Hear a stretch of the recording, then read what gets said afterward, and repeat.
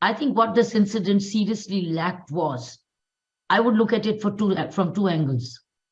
One, the response system of the police.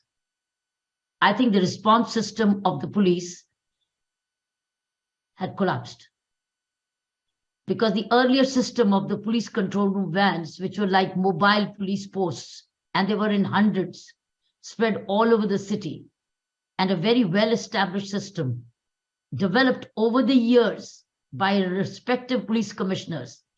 I think suddenly, at some stage, I do not know when and why, the system was dismantled and the police control room vans were handed over and given to the police, probably to strengthen their resources, vehicular and manpower, and then left to the police station to respond. And police station responding with a vehicle, which may not have been on a standby at all, because once you go to a police station, the vehicle can be used for many other essential purposes. Instead of the police control room van, which were like mobile police posts, they were always hovering around the different corners, on getting a call, would have nothing else but to respond to the call. So I think it was the consequences of a shift or a change in the policy of the police headquarters. When and why, I don't know. But had there been police control room van close by and got the message, the response time would have been not the way it was. So I think, number one, I'd look at the need for revival of the earlier police response system through police control room vans. I think it's number one. Number two is a social collapse. Mm-hmm. And social collapse is the way our youngsters are being groomed, being parented, being educated, and the way they are taking law into their own hands, getting drunk at night and doing overspeeding. I think this is a very serious concern, because this is likely, it's a whole generation coming up. What is the question? What is the parenting about? Where are the social controls?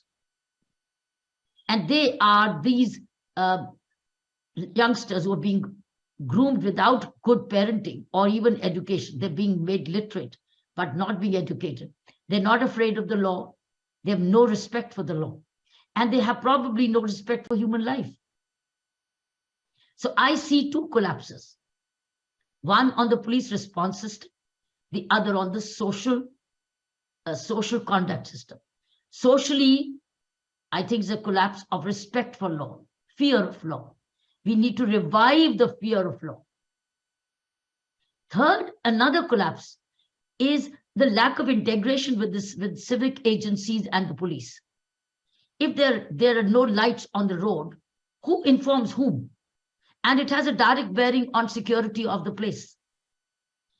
Bad lighting on the roads has a direct bearing on safety and security, whether it's traffic or pedestrians or otherwise. And of course, women become the most vulnerable.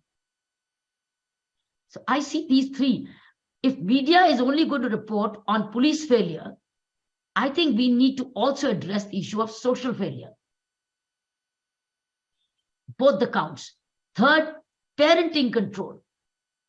Parents are now today apparently seen to be afraid of the young men, young boys, young sons. They're afraid to straighten them up. Teachers are afraid to deal with them. So now there's even a fear of the elders to deal with these youngsters who are stronger and very arrogant and very threatening. Sometimes they say, "Acha, ab ghar jaake chhod ke ghar ja rahe hain," and aging parents don't want to lose their sons.